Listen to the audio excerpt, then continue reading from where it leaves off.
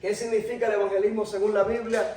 ¿Por qué la Biblia nos enseña a evangelizar? ¿Cuáles son las formas de evangelizar? Y dice Mateo capítulo 28, verso 18. Entonces Jesús se acercó a ellos y les dijo: toda autoridad me ha sido dada en el cielo y en la tierra. Por tanto, id a todas las naciones, haced discípulos, bautizándolos en el nombre del Padre, del Hijo y del Espíritu Santo, y enseñarles a obedecer todo lo que os he mandado, y yo estoy con vosotros todos los días hasta el fin del mundo. Amén. Tremenda palabra, me encanta mucho este versículo, a mí me fascina el versículo este. Y una de las primeras cosas que me llama la atención cuando leo es que Jesús declara y dice que toda autoridad le ha sido dada en el cielo y en la tierra. La primera palabra que me resalta de este versículo de Mateo es autoridad. Dice Jesús: toda la autoridad me ha sido dada, pero no solo en el cielo, sino también en la tierra. Muchas veces cuando hablamos de Jesús entendemos por Jesús la autoridad que le ha sido dada en el cielo, porque ahora mismo está a la diestra del Padre, en un cuerpo glorificado, en un cuerpo resucitado. Pero la autoridad no solo fue dada en el cielo, sino que dice la palabra que también fue dada en la tierra. Ahora, mi pregunta es: ¿por qué Jesús dice eso antes de mandarnos a evangelizar? Dice: toda autoridad me ha sido dada en el cielo y en la tierra. Y después habla de otra cosa, habla de evangelismo. ¿Cuál es el sentido y el propósito de Jesús hablar de su autoridad en el cielo como en la tierra, y en la tierra como en el cielo, para después decir: vayan y hagan discípulos? Lo que Jesús nos está diciendo con esto es que la autoridad de Cristo que está en el cielo está también en la tierra a través de la iglesia que somos nosotros. A través de la iglesia, nosotros somos copartícipes de la autoridad de Cristo. Como iglesia tenemos el mismo ADN y somos parte del cuerpo de Jesucristo.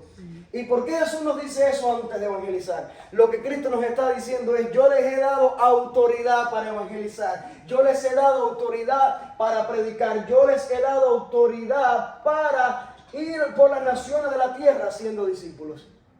Por lo tanto, una garantía que tenemos cuando evangelicemos, cuando vayamos a predicar, es que la autoridad de Cristo está sobre nosotros, la iglesia de Cristo, y que la autoridad del Maestro está sobre todos los que van a predicar. Tenemos la autoridad de Cristo. Toda autoridad me ha sido dada en el cielo y en la tierra. Aleluya. Esa es la primera parte de este sermón que veo de Jesús, de este versículo, que la autoridad de Cristo está sobre la iglesia. Por lo tanto, nosotros no predicamos bajo nuestra propia autoridad. Predicamos bajo el poder de Dios. Por eso dice la palabra: recibiréis poder, recibiréis dunamis cuando haya llegado el Espíritu sobre vosotros, y me seréis testigos. ¿Dónde? En Samaria, hasta los confines de la tierra. Jerusalén, Samaria, los confines de la tierra. Amén. Primero hay que recibir poder, que es la autoridad de Cristo. El Espíritu Santo es el que nos da poder y autoridad. Después dice: por tanto, ir a todas las naciones. ¿A dónde? A todas las naciones. Lo que está queriendo Jesús decir ahí es que el evangelismo incluye al mundo entero. Dice: id a todas las naciones. Id a las naciones. Aquí podemos poner ya un mapa del mundito. Planeta Tierra, a todas las naciones, no sé dibujar. A todas las naciones.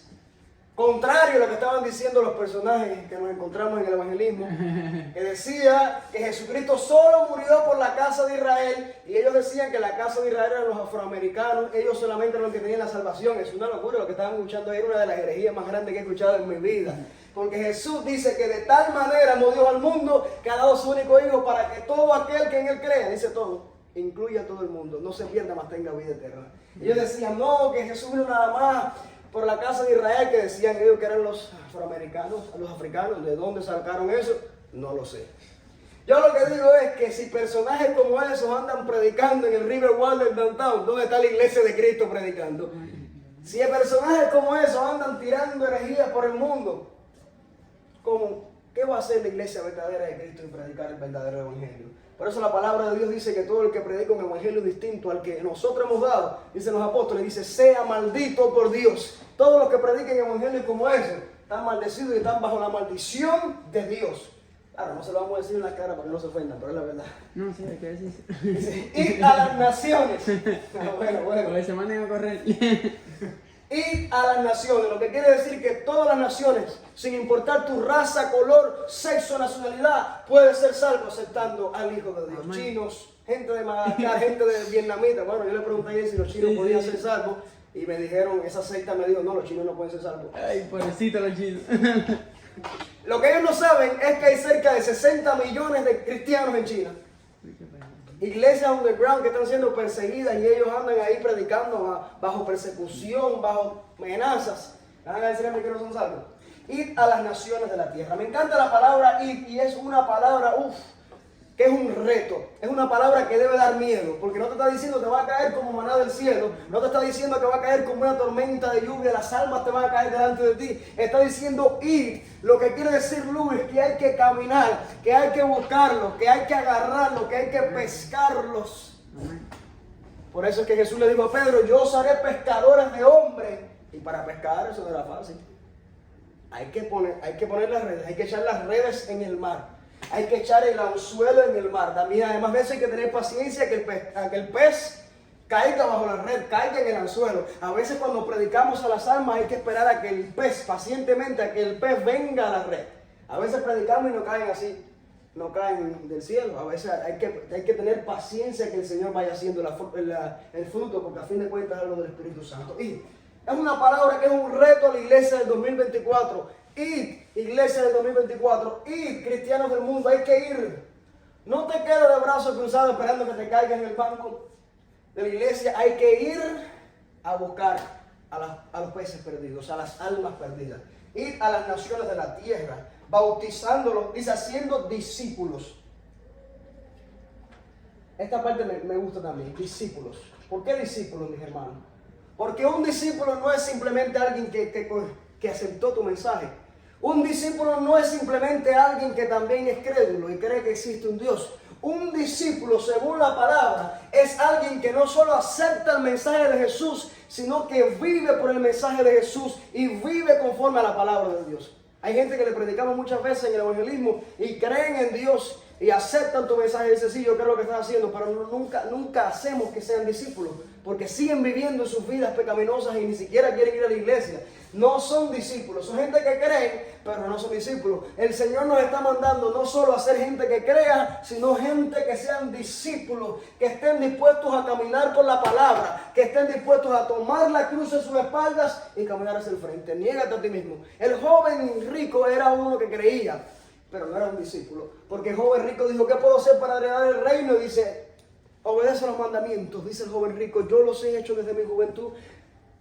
Jesús dijo, te falta algo, porque Jesús sabía de lo que él cogiaba y sabía cuál era su atadura. Vende todo lo que tienes y entrégaselo a los pobres. El joven rico no pudo hacerlo y se fue. No pudo seguir al maestro. El joven rico creía, pero no era un discípulo, ni fue un discípulo, porque no fue capaz de seguir al maestro. Por eso Jesús, cada vez que llamaba a alguien, decía, sígueme. Sígueme. Es necesario seguir a Jesús como está en la palabra de Dios. Hacer discípulos, no solamente gente que cree. Hay que hacer gente, discípulos que entreguen sus vidas al Señor. Dice, bautizándolos en el nombre del Padre, del Hijo y del Espíritu Santo.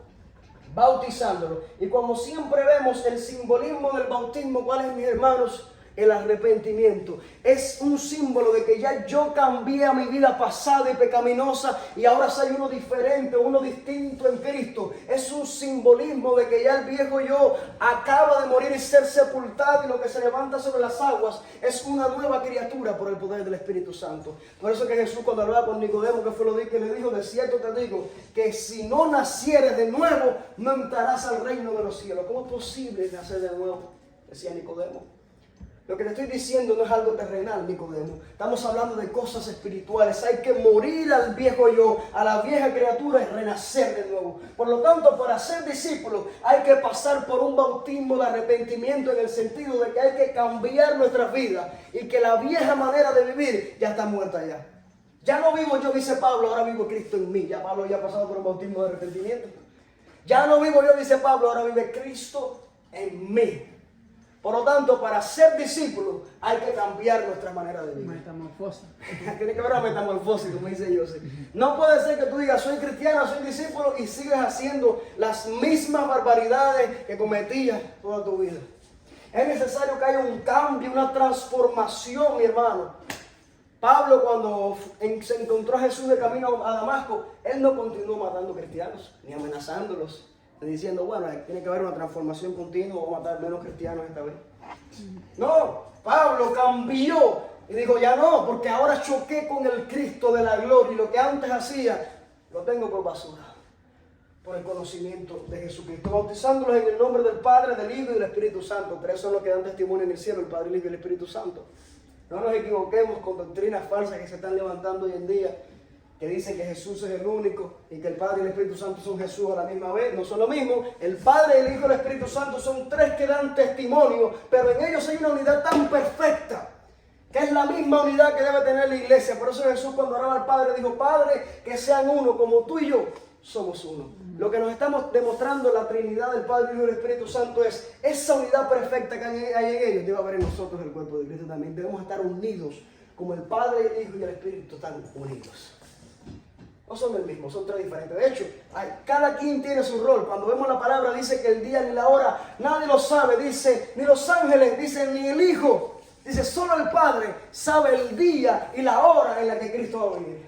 O sea que aunque los tres son Dios y los tres son todopoderosos, hay tres roles repartidos distintos en lo que estas tres personas ocupan sus roles específicos. El Padre está en el cielo y Cristo está a la diestra del Padre, pero el máximo ministrador de esta época es el Espíritu Santo, que está aquí abajo con la iglesia, que está acá abajo con nosotros. Que a la misma vez ese Espíritu Santo es el que demuestra y confirma a Cristo, y este Cristo es el que nos lleva al Padre. ¿Viste la perfecta unidad que hay en estos tres? No hay división ninguna. Hay una perfecta unidad y un perfecto rol desde Génesis hasta Apocalipsis. Dios es poderoso. Bautizándolos en el nombre del Padre, del Hijo y del Espíritu Santo. Dice, y enseñarles a obedecer todo lo que os he mandado. Y este es el número 3. Dice, enseñarles. Enseñarles, hermano. Importante esta parte. Porque si no hay una enseñanza correcta en las almas, así como vinieron a Cristo, si no hay una enseñanza correcta, se pierden en los caminos. Por eso es necesario enseñar. De nada nos sirve una iglesia poderosa en el evangelismo. Oiga bien esta parte. De nada nos sirve una iglesia superpoderosa en el evangelismo si en la enseñanza están perdidos. De nada nos sirve una iglesia que tenga grandes evangelistas si no hay grandes pastores. Y esta es la parte difícil, y esta es la parte que mucha gente todavía no ha entendido. De nada nos sirve ganarnos las almas para Cristo si no las llevamos a una iglesia donde se le predique la palabra sana de Dios. Y esta parte es complicada, porque si ser evangelista es difícil, ser pastor es complicado también. Es un ministerio que tiene que el Señor ayudarnos para poder hacerlo. No es fácil. Ahora, siempre hacemos una distinción aquí entre la parte del evangelista y en la parte del pastor. Siempre me lo decían, siempre me lo dicen en el instituto bíblico. El trabajo del pastor, no podemos dejarle al pastor el trabajo de ir y buscar todas las almas cuando a nosotros nos ha tocado ese trabajo, y el trabajo del pastor es enseñar a las ovejas. Por eso claramente tenemos que entender, con lo que dijo Andrés el martes pasado en la predicación, en el culto de él. Él dice, nosotros estamos llamados a tomar ese mensaje que nuestro pastor nos da todos los domingos y todos los viernes y ser un megáfono de esa predicación a Tampa entera. Y coger esa predicación y tomar como un megáfono y hacer que se multiplique esa predicación en toda la ciudad, para que después ellos vengan a la iglesia y reciban esta enseñanza. Yo creo que sería injusto de nuestra parte si le pedimos a personas que están llamadas a enseñar y consolar al pueblo, a que también sean partícipes de pescar, cuando es el trabajo de nosotros. Hay que entender que hay una división entre el pueblo de Cristo y que hay diferentes roles para cada ministerio. Claro, sin dejar a un lado que existen pastores que también son evangelistas, que han sido llamados a hacer las dos cosas. Dejamos claro que eso también es posible. Pero muchas veces el ministerio del pastorado es enseñar a las ovejas que ya han sido evangelizadas. Y este método de evangelización le toca a los que están sentados en las bancas, a los que están por ahí. Es su trabajo, mi hermano, como persona que estás en la banca escuchando todos los domingos. Es tu trabajo traer gente para que vengan a escuchar la palabra de Dios. Traer gente de tu trabajo, gente de tu escuela. Es nuestro trabajo, mi hermano. Y por todas las naciones de la tierra. Ahora bien, además de esto, yo siempre digo que es imposible permanecer y persistir en el camino del Señor si no estamos en el número 3, que es enseñanza. Y por eso es que vamos a la iglesia, por eso es que nos congregamos, porque de nada nos sirve haber aceptado a Jesús si no seguimos siendo entrenados en el conocimiento de la palabra de Dios. No podemos ser cristianos ermitaños como alguna gente que dice, yo acepto a Cristo y tengo mi religión en mi propia casa. No hay que ir a la iglesia, ¿para qué? Porque se han quedado en el número 2 supuestamente, creen en Jesús, pero todavía no se les ha enseñado que tienen que ser enseñados y pastoreados por una persona que Dios puso en sus caminos. Y si no son pastoreados, no van a alcanzar el conocimiento y el crecimiento espiritual que Dios quiere para sus vidas. ¿Por qué? Porque hay una palabra de Dios sobre tu vida que nunca la puedes recibir y nunca la vas a recibir al menos que no seas pastoreado. Dios habla a través de muchas maneras. Primero que todo, la palabra, que es la profecía que nunca falla. Además de esto, Dios habla personalmente a través del Espíritu Santo. Pero hay una forma en la que Dios habla que nunca la vas a recibir si no vas a la iglesia. Y es la palabra pastoral. La palabra pastoral es la palabra que Dios te habla en el culto, en la iglesia. Y si tú no vas a la iglesia, nunca vas a recibir esa palabra. Por eso hay gente que cuando va a la iglesia, escucha la predicación del pastor un domingo y tú dices, es como si el pastor estuviera conmigo la semana, porque me acaba de describir todos los problemas que he pasado. Es como si el predicador de la casa de culto estuviera conmigo este mes, porque me acabo de describir la vida. No es que él sabe nada, no es que el pastor sabe, es que Dios te estaba hablando con una palabra pastoral que nunca la vas a recibir a menos que te congregues a la iglesia. Por eso dice la palabra de Dios, no dejando de congregarse como algunos tienen por costumbre, más viendo que aquel tiempo, la venida, se acerca. Y si Cristo está cerca hoy en día, hoy más que nunca, hay que congregarnos domingo, miércoles, martes, lo que sea posible. Hay que congregarnos.